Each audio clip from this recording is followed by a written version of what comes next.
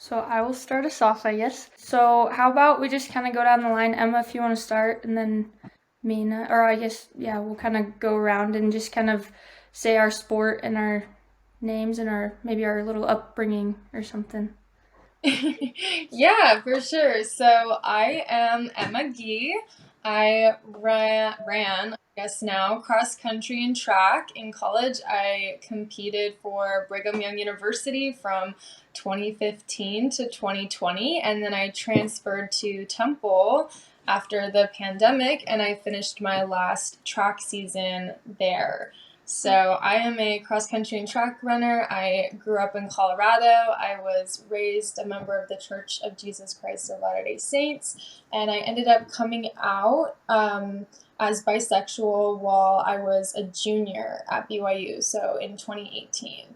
So that's a little bit of my background. Sweet. Perfect. And my name is Mina Margaff. I'm currently attending Brigham Young University for gymnastics. I came out the summer of 2020 after I committed to BYU. And now like more people know that I'm bisexual after the podcast came out with Emma. Yeah, my coaches actually weren't aware, and today they talked to me about it, and they were very supportive. So, yeah, Aw, that's yeah, awesome. Did they like pull you aside? yeah. No, so I was doing weights, and then my coach was like, "Hey, Mina, like I want to talk to you for a bit," and I thought I was in trouble. I was like, did I do something wrong?" But I wasn't like thinking of the podcast. And then he was like, Right. "It's not the podcast," and I was like, "Oh." It kind of took me by surprise. And then he was like, "You're not in trouble. Don't worry. Like I just want to talk to you." And he just basically said that like he loves me no matter what, and that like he supports me, and that if I ever need to talk to him and vent to him, like he's always there, and his office is always open, and he hopes that he can provide a safe space for me. And my beam coach, Coach Natalie, also like came up to me and talked to me about that, and she sent me a sweet text, and so I'm like really appreciative of that. Cool. Aww. Hmm So sweet. Coach Guard did that? That's Yeah, so Coach Go. sweet. He actually talked about you too. He said one time you came in and like talked to him, and he thinks you're like an amazing person and all that. Yeah. Oh my gosh, stop. No, he's a sweetheart. So that's I'm so Yeah. glad that they talked to you and were so sweet about it. No, but Yeah. we love Coach And I Guard. got a That's lot of positive feedback from like my teammates too. So yeah, that's really That's exciting. good. Oh, I'm Mhm. so glad, and you're not getting bullied. We love Yeah. that. I'm glad Yeah. it's like good things, and they're not Yeah. like hating. cool. Well, I guess I Oh, didn't introduce myself. I'm Mika. I played soccer, not at the collegiate level, but I was kind of on my way there for a long time. I was playing throughout childhood and then high school. And then I kind of just had some injuries that I figured I would go to school and figure out that type of thing. I mean, I think that college soccer would have been super fun, but at the same time, I'm really grateful that I didn't do it, and I kind of focused on something that I think that would help me excel in my life. And then there's definitely friends that I have that went on and did that, and they're excelling and they love it, and that's super cool. But I definitely have some experiences as well as being an athlete and in the community. So it's can pretty. I ask a question? What position did you play? I played attacking midfield.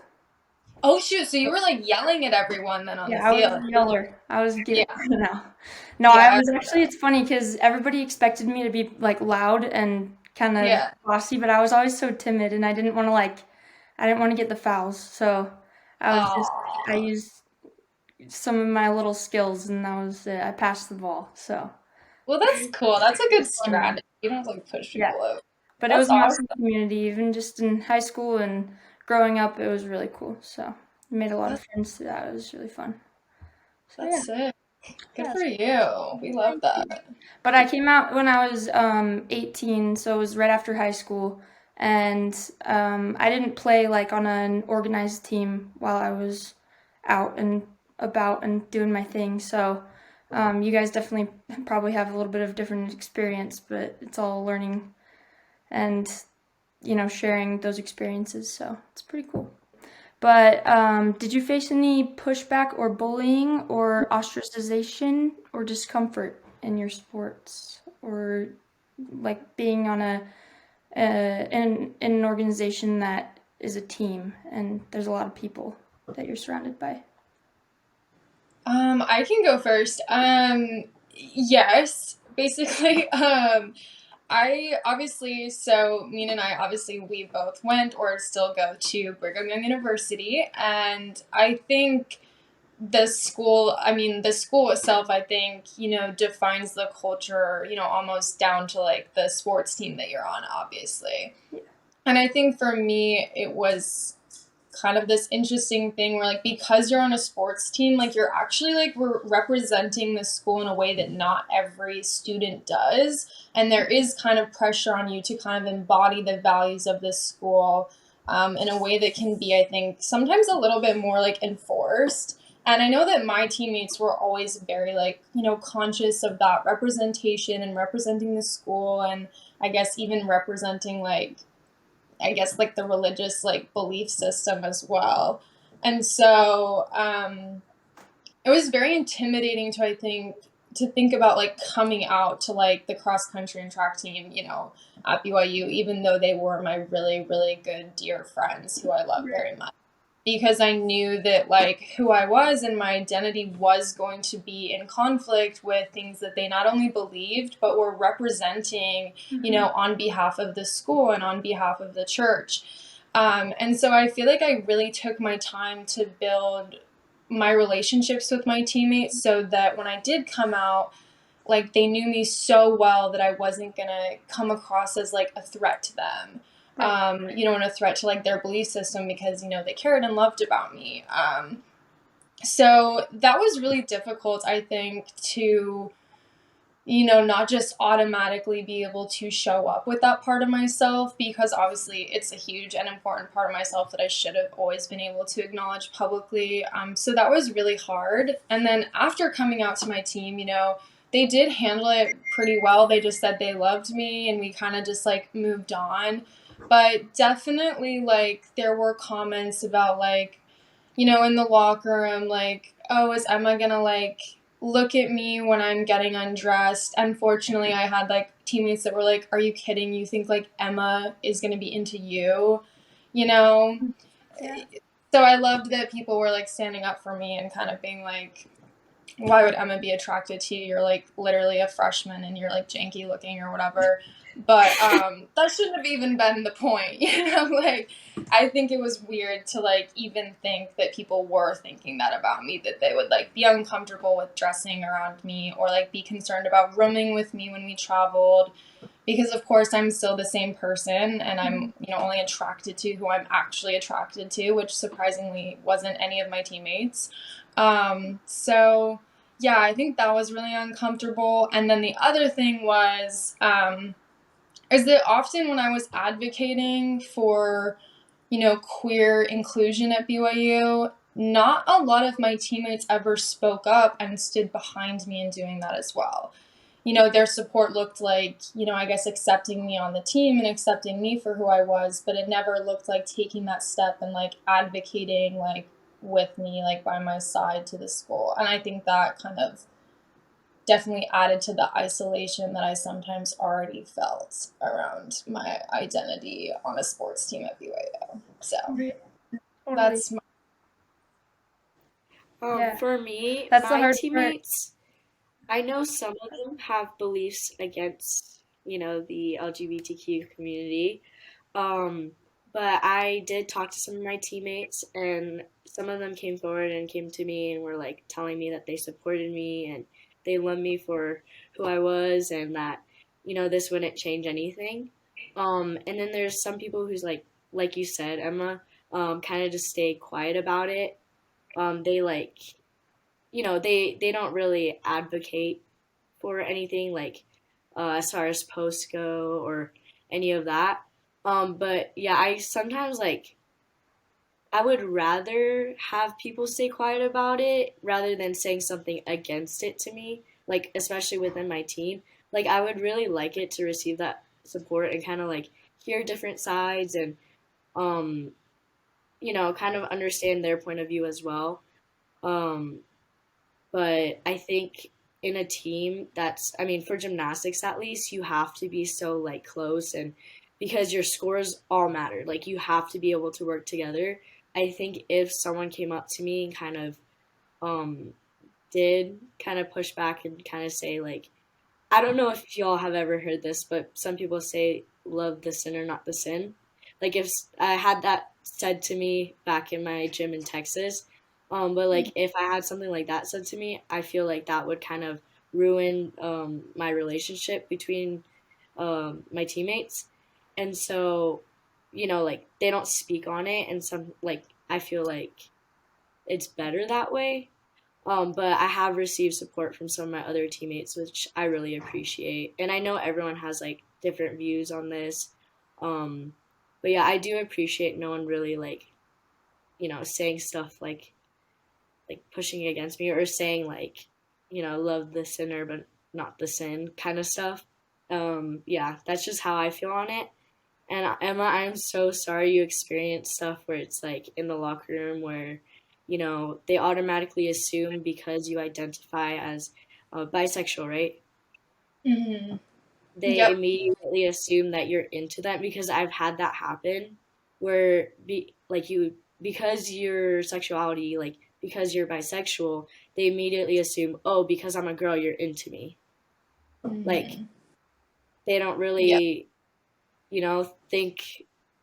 I feel like I don't know. They just generally assume that that's the case. Like every time there's a girl around, they're like, "Oh, you're into her," or "Are you into her? Do you want to kiss her?" Like, it's not nothing like that. Like you wouldn't walk up to a guy and just randomly kiss them, like without knowing No. them. It's the same Right. case for, you know, like it goes both ways. Yeah, 100%. definitely.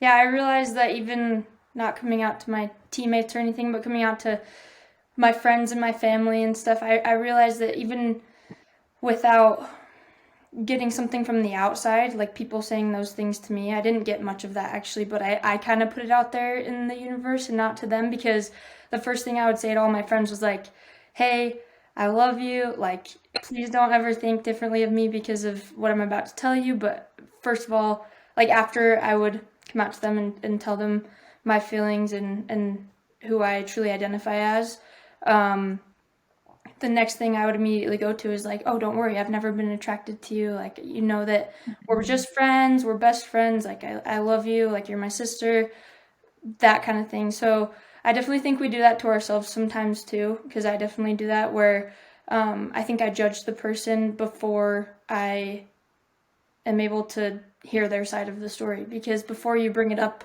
in conversation or they don't know who you are or how you identify in the first place, then uh, they really don't know and you don't know how they're going to react. So my first thing is just like making them feel comfortable when they probably already are. And sometimes they're not, which is really, really hard for some people, but it's understandable, definitely.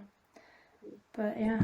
That's definitely like a good point. I will say that like how do I want to put this? I do think that sometimes I wish people from conservative, like I guess my teammates, if I could go back with my teammates and really like stand up for myself even more though, it's sometimes even more subtle than people just making comments about like, oh, you like any girl that you see.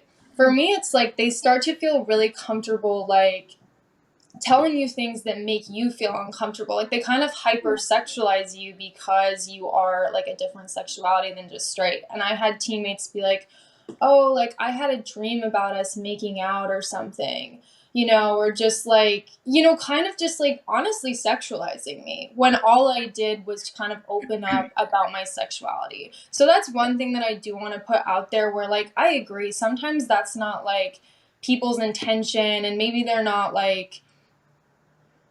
doing it to like be hurtful necessarily, but if I could like let people know not to do something, it's never like hyper sexualize someone that's like coming out because that was definitely a part of my experience that like even though it was kind of subtle, I was kind of like, that makes me uncomfortable. Like, Mm-hmm. I wasn't coming out to like make things super sexual, but now people are kind of feeling like they can just like come and talk to me about stuff that would make anyone feel uncomfortable when you don't have that kind of relationship with them. So that is one part of it, like, that I did have an experience with on a women's team where I was like, just because I came out, you can't come at me with these like hypersexual conversations when like we've never talked about that kind of thing Yeah. before. So Definitely. And I think just in general, it has to do with, respecting someone and just like you're gonna treat someone the way that you want to be treated. And if Emma, you're treating your teammates normally, and you should expect kind of that reciprocation. And it's really hard if you don't get that. But I mean, it kind of makes the ones that do turn and they have your side and they don't make you uncomfortable at the same, like some other people. It just makes them a little bit more special and closer to your heart, I think, in some way. for sure. That's at least what I felt with some of my friends and family, for sure. Yeah. But thank you for sharing those. Those are good stories. Yeah. And Were I you gonna think say something? that's why it's that much more important that we open up this discussion, especially at BYU, Mm-hmm. because there's so many misconceptions or assumptions that are made. Um, and I think there are certain initiatives that they're taking. But I think the main step is to open up the discussion and educate people more on, this topic, because I think a lot of this comes from a like ignorance, and like b some people get uncomfortable with this topic and they actually choose to ignore it on purpose.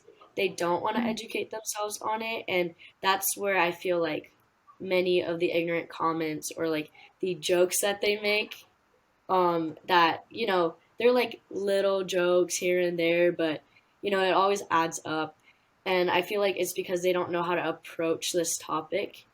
um, Yeah. and yeah, and so I think the first step is to open up the discussion and then make sure we're taking those initiatives and really pushing forward on this. Mm-hmm. Well Yeah, said. definitely. I agree. Especially, I mean, I love that N Circle is I'm not sponsored. No, I'm just kidding. But I love that it's a part of just like it's based out of Utah, and I mean, on people that don't live here, they've just heard about it. They know that it seems to be kind of a bubble and a little bit of like a one-sided tunnel vision type of area. But there's definitely more.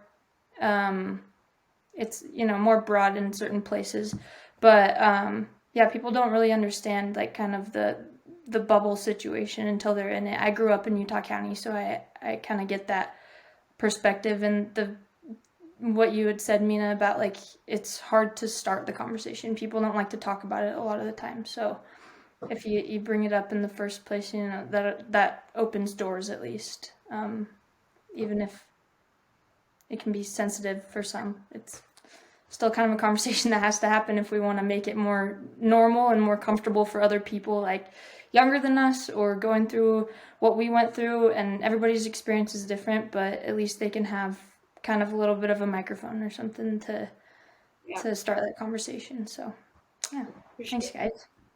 Let's see. So um during your sports, and Mina, you're currently doing some at BYU right now, but I guess inside your team, but also kind of outside of that sport and that team and that community that you had, what support did you have, but specifically in your sport? So I received a lot of support from my teammates back in Texas. I used to train at World Champion Center, which is the home of Simone Biles and Jordan Childs. Um, And Like, yeah, I received a lot of positive feedback from my teammates. They were very supportive. Some of them said some weird things, but they still told me that they loved me. And then I came mhm, here, and I also received a lot of like positive feedback from a lot of teammates, and like they told me that they supported me. I haven't really had very many bad experiences within gymnastics. I feel like it's more outside, but I think as far as support goes, my coaches have all supported me. Cecile Landy and Laurent Landy back in Texas, and then my coaches here at BYU are very supportive. Um, But yeah, and I think my parents and my family played a big role in this as well because are also like very involved in my gymnastics life. Mhm. And so they've always supported me in everything I've done, and all they want is for me to be happy. And so, they definitely were like encouraging of me just being me and coming out to who I really am and, accepting that. That's awesome. That's super cool. Mhm. What about you, Emma? Um, so for me, when I was at BYU, I was coached by Coach Diljit Taylor, who is one of the best like running coaches in the country right now. She like won head coach of the year like out of the entire country like a year ago. So she's a phenomenal coach. And she kind of came in at an important time to BYU because 2016 is when BYU athletics kind of like first started really addressing queer inclusion, which was in part because they wanted to get into a bigger athletic conference.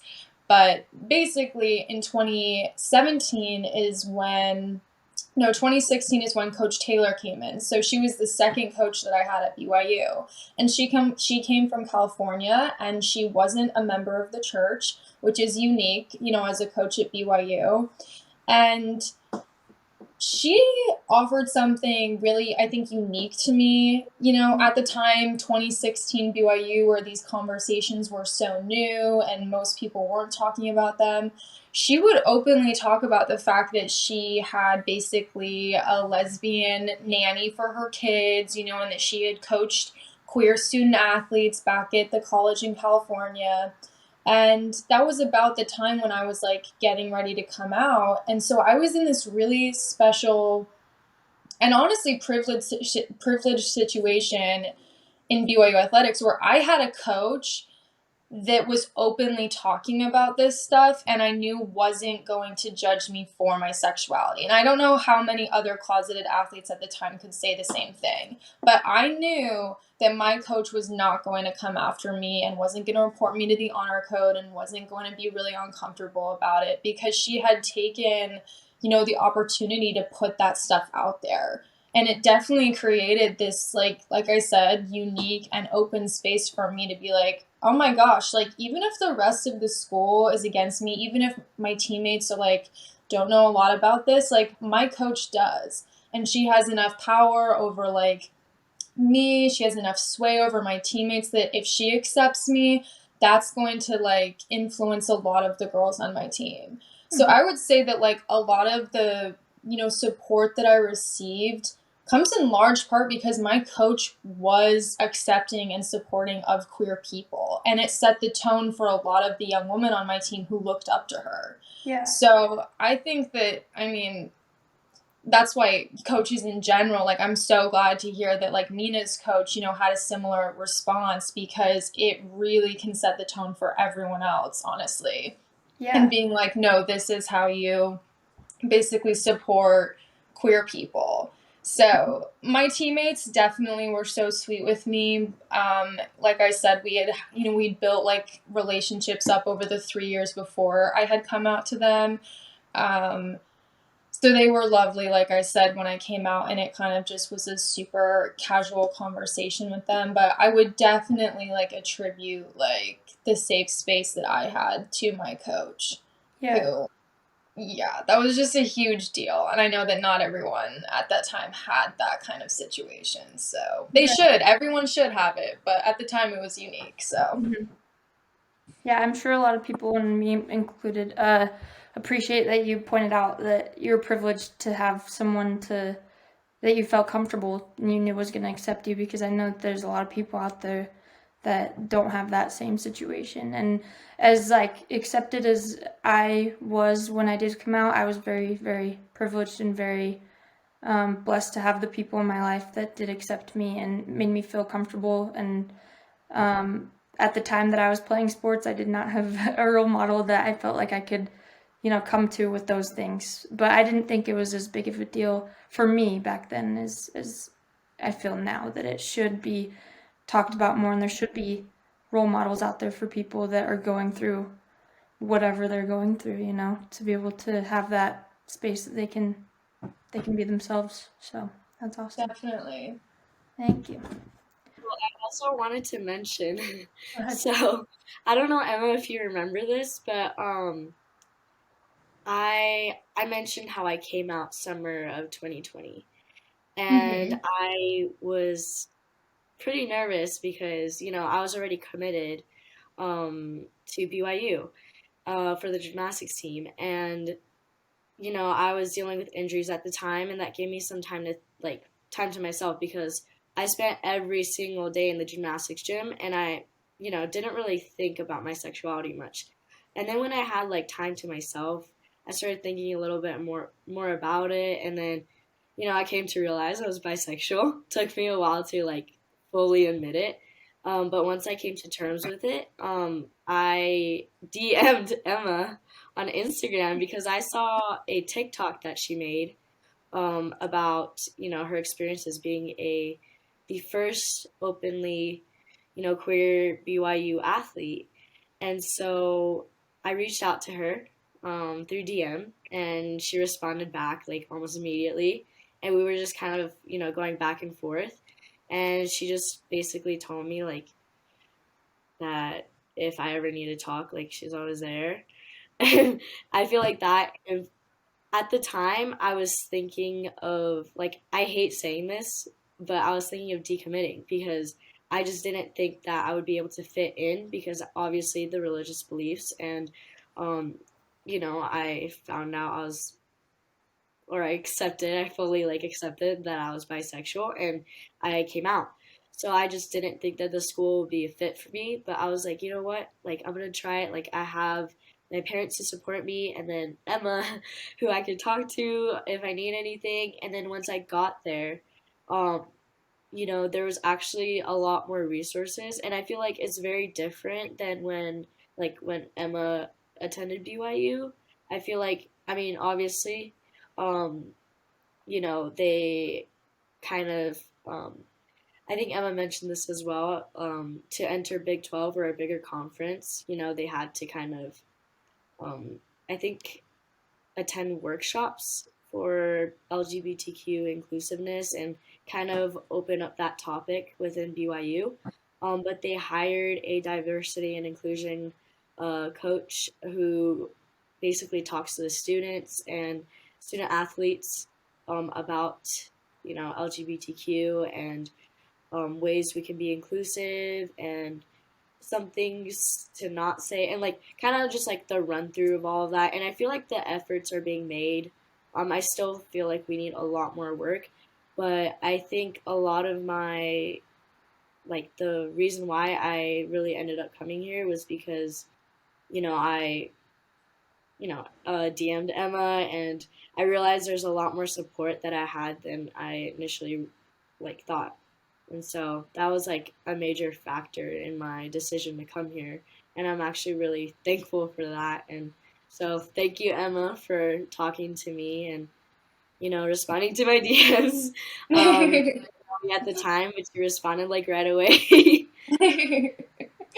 Well, you're iconic. I mean, and BYU, there are already, so many queer student athletes and queer students. But I'm like, the answer is, not always don't go there. You totally belong there, and you have so much Yeah. to contribute to the school. And, honestly, when you did DM me, I was like, this girl already has it. You're willing to put yourself out there. You're willing to talk about it, like you said, which is half the battle in the first place. So I'm so glad BYU has you because you're not letting the conversation drop at all.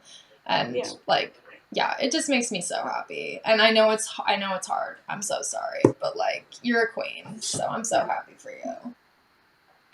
Yeah, That's and I awesome. think first semester when we did the podcast together, I didn't realize that there were any other uh, queer athletes or, you know, like um, anyone part of the LGBTQ community, but there actually are a lot of athletes who are.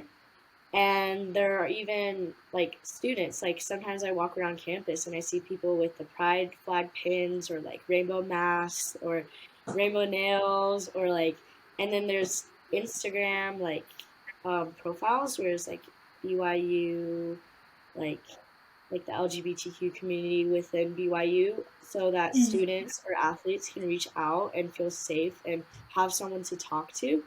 And I think that's like really amazing. It's incredible. Yeah, you guys are kind of giving a platform to BYU students and athletes, and that's super cool. Because sometimes it just takes a little bit of a nudge or someone else doing it, and it helps a lot. That's really cool. Um. Okay, so what are your guys' proudest accomplishments? It can be either just in the athletic field in general, or in your experience coming out, or just what you're doing in life, kind of. I can go first. I guess I sort of have two. Well, no, I have one. I have one super pivotal moment in my life that I think has motivated just about everything I've done. When before I came out, a year before I came out, I decided to get involved in working on diversity and inclusion with BYU athletics. That was like 2016, 2017, right when they were starting to address things. And I decided to lead the first diversity and inclusion committee for BYU athletes because I was like, this is something that's important to me. I wasn't out yet, but I wanted to do what I could to make this school more inclusive. And I worked with a lot of the athletic administrators on these inclusion events and, social media campaigns and, went with them to the conferences, with the NCAA. I attended Common Ground, which is the thing that Mina referenced. It's a NCAA conference that brings together basically LGBTQ plus advocates with administrators from faith-based universities, and they have a conversation about how they can create safe spaces for queer students at faith-based schools, basically. And that's the thing that BYU hosted in 2018, and I was an attendee at that. At first, it was like, this huge moment. BYU is finally having these conversations. They're bringing these conversations to the school. That's incredible, right? That's a huge shift, from what they had been addressing up to that point, basically. And after the conference, I was giving a presentation to the senior athletic administrators at BYU, and I was presenting on some initiatives that we could do with student athletes to kind of follow up on, actually making BYU athletics inclusive, to queer students. Because I'm like, there's queer student athletes on every team. I may be the only one that's out, but like, let's continue to make this a safer space for everyone.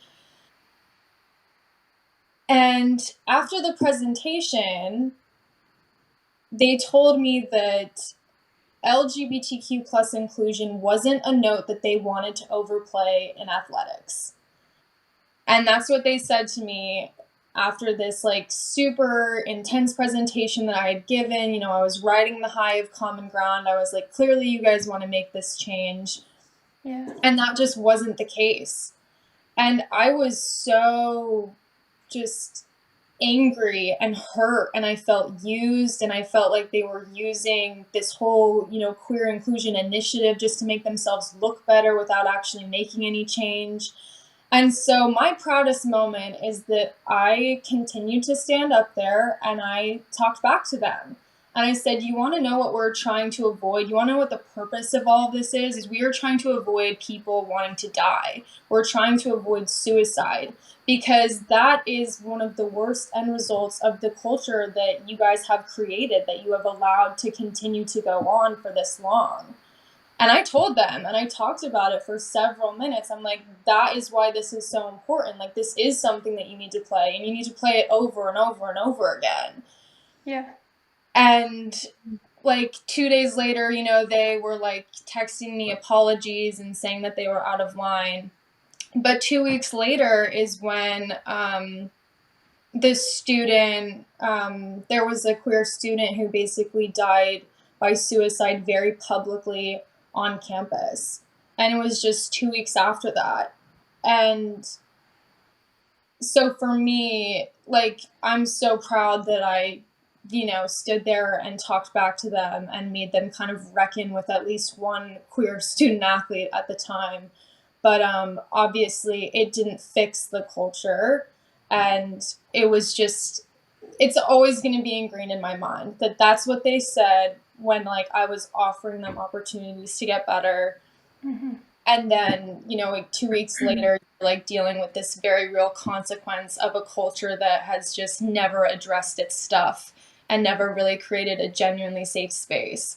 So while it's my proudest moment, it's also my most like motivating moment, and it's why I'm never going to let this like drop. Like this ball is never going to drop, and why it's so important that we're even having these conversations. And like Mina's so amazing to be at BYU and to be sharing her experiences and to like continue to hold like that whole culture accountable for like what it's putting people through. So that's mine. Yeah, thank you for sharing that. But it's true that, you can say as much as you want to say in an organization or school, or an athletic program can say what they want to say just to make themselves maybe sound good, but it's really the action that will make the change. So I'm glad that you did that and you made yourself heard. That's super cool. Thank you. Thank you for sharing that. How about you, Mina? Anything you want to add in?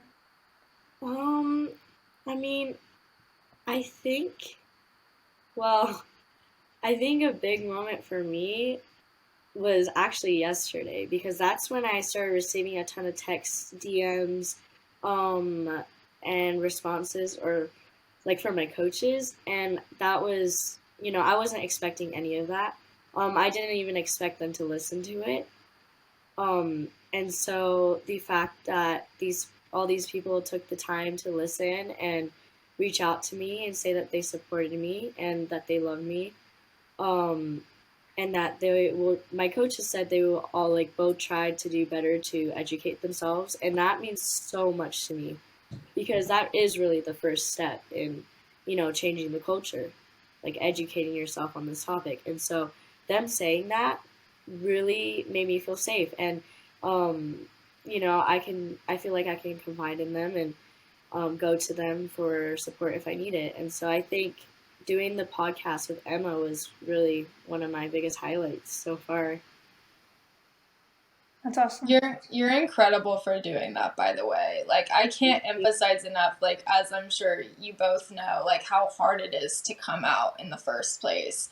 But it's like you're so brave to do that and to even like have these conversations and like open the door for your coaches to even like address this stuff. And like you did that, like that's iconic. Like that's incredible. Like you deserve anything good that comes your way for doing that. Like you're phenomenal.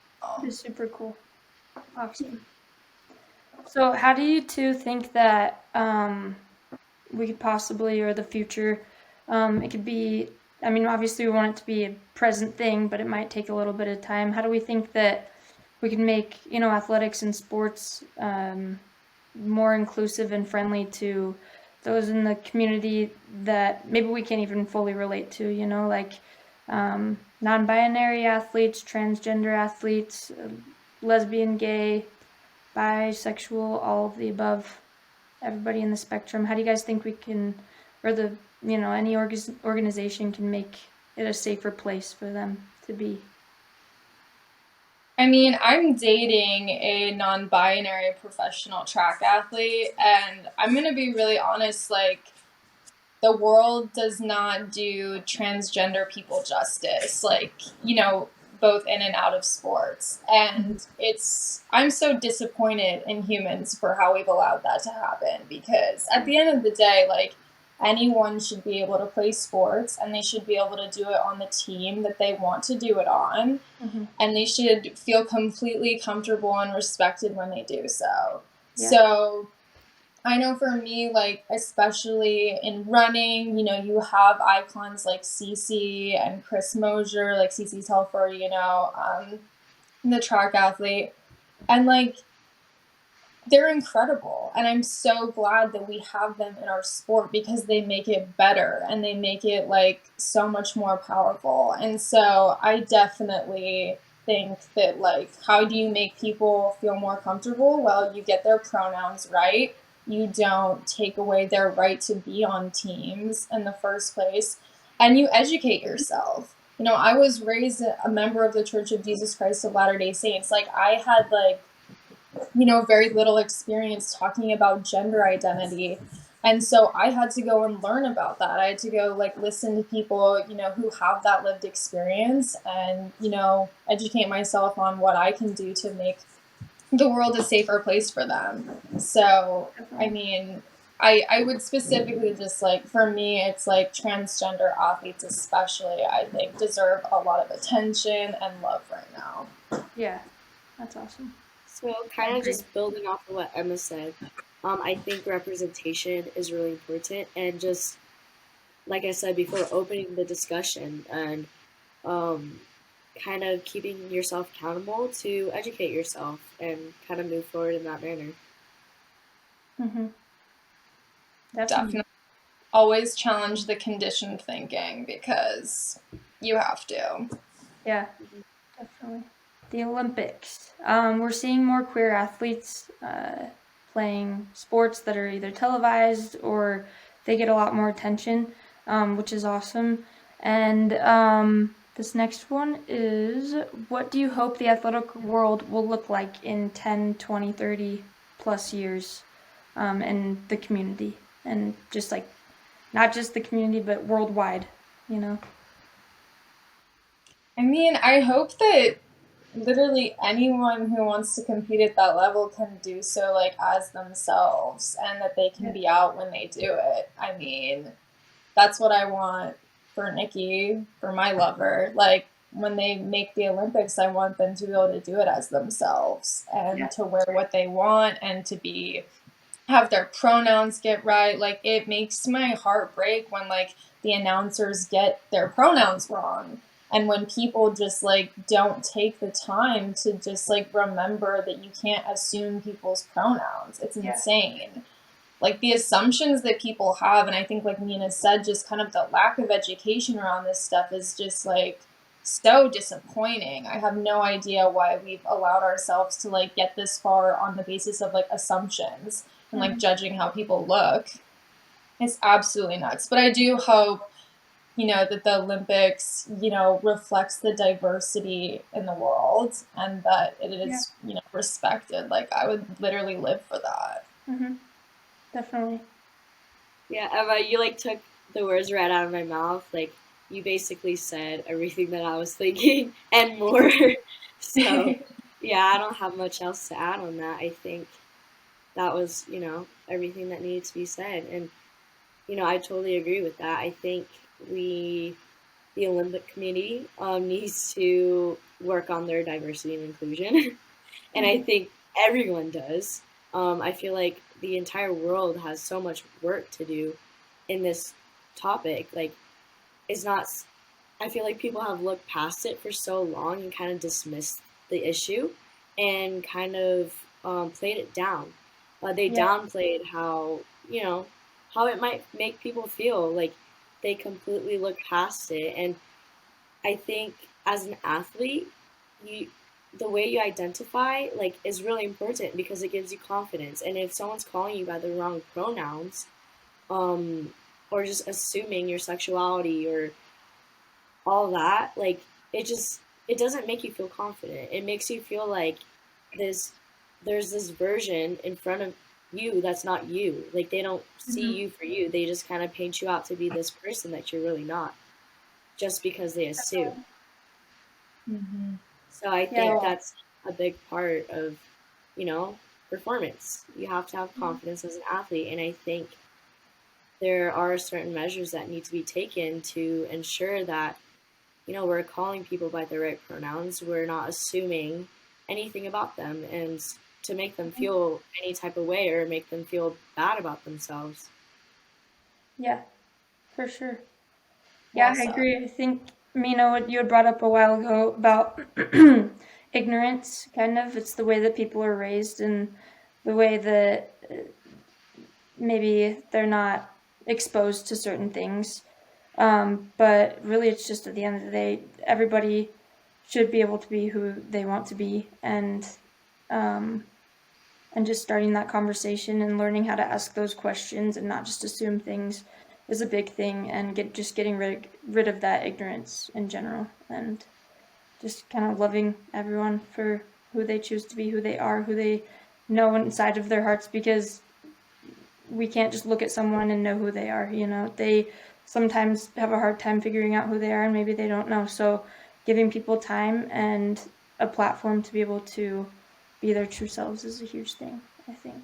So, and the Olympics, it's a worldwide thing. It's huge. So I think that hopefully within the next 10, 20 years, there's just not really going to be much of a door there, a wall that separates any of those things. So awesome. Amen.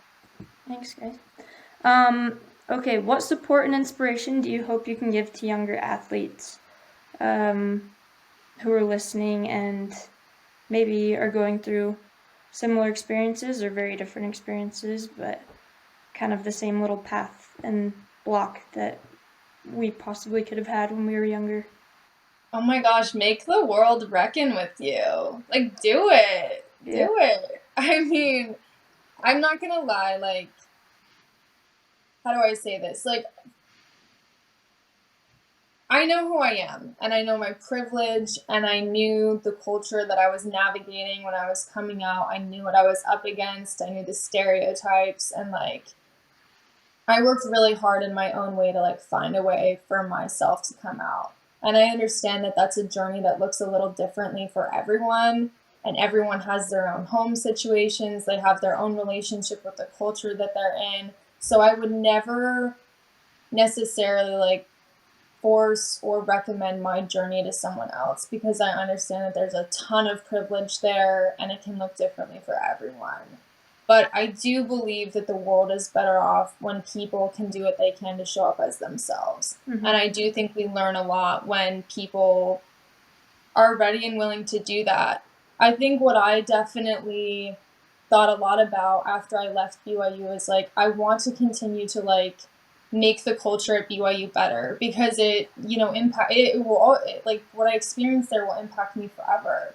But I was like, my story and my experience can only go so far. Mm-hmm. So to me, like the whole thing with the Queer Athlete podcast was bringing in anyone who was willing to share their stories, because their stories will be able to resonate with even more people who look at me and look at my story and are like, dude, that's like not for me. And I'm like, that's fair. Like, Yeah. Absolutely not. But you still belong, and your voice still needs to be heard, and your story like will go so much farther than mine. Yeah. So like, for me, I'm just like, dude, yeah, make the world reckon with you, because that's like how the world is gonna get better. That's how like cultures change. So that's why I'm grateful for literally people like Mina, who like do take that chance to share their story. Although I understand why people can't, because it is so intense sometimes. But I do think that like, if I've learned anything, it's like, if you can use your voice, just know that it will change people, because there are people that care about you. You are going to help them learn more and help them be better. So if you can do it, like, I say go for it, but always be on your own side, because this stuff is hard and it's real, and there are unfortunately very real consequences, that come from certain cultures and the way they've chosen to be around some of this stuff. So always be on your own team and do what's right for you. But if you're in a position to share your story, just know that so many people are going to benefit from it, and it's going to make it easier for the people that come after you. For me at least, I had a lot of support, but I still found it really hard to accept that I was bisexual. And I know it is hard for many people, especially under circumstances where they are in an environment where it's not accepting, or where they're not accepted for who they truly are. And so I am very fortunate to have, relatives and family members and a group of friends that I can really trust and that love me. So I think it really comes down to, you know, um, finding people that you can really trust and share your feelings with, and um, kind of open up the discussion a bit with them, and come out when you're ready to come out. I think a lot of it is about when you feel ready. So it shouldn't be. I had this experience in Texas where one girl came out as bisexual to one of her best friends. And this girl went around telling everyone. So rather than it being on her own terms, people knowing, it was kind of, on the friend's term. And it really, really, really, I know it hit her hard just because, you know, I mean, that's a big part of your life. Like, if you share something so personal like that and, it turns around and it gets shared amongst a group of people that, like you didn't want them to know yet, um, it can hit you hard and it takes a toll on your mental health. But I think having people that you really, really can truly trust who, will still love you for being you, I think that's a really big part of it. And, you know, come out when the time is right. I think, and that's up to you. Like, you don't have to feel forced to come out a certain time because someone's telling you to tell other people or any of that. I think so. Like, come out on your own terms, basically. And if you feel ready, like, go for it. And I encourage it. And I think that's gonna really influence. Maybe it'll help other people come out. Who knows? And I think me coming out and sharing my story and my experiences and being openly bi at a religious school who has some beliefs against it, I think that's, for me at least, that's a big thing because I feel like maybe I can encourage other people or maybe provide people with a safe space and maybe come talk to me just like I did with Emma. Um, and help them be who they really are instead of, getting scared and having to keep that in and having that weigh down on them and all of that. So I think just, taking those steps and making sure you, keep your mental health safe and come out when you feel ready and come out on your own terms. I think that's a big thing. Yeah, that's awesome. I definitely didn't understand at the time when I did come out that it wasn't just going to be rainbows and butterflies after that. Like life is Yeah. still a thing. Relationships are hard. Life is hard. Finances, bills, school, whatever you choose to do, everything's hard. So that's just like kind of a stepping stone for sure. But realize that it's still life and there's still things that you're going to have to work for and work toward. But for me personally, it was something that definitely helped me live a more authentic life. Thank you guys so much, you two, for talking and sharing your experiences. And I hope that whoever's listening can take something from it, and maybe even whoever's listening can feel like they can reach out to either of you and ask questions or feel like they have a little bit of support, even just from a couple of people. So that's awesome. Thank you.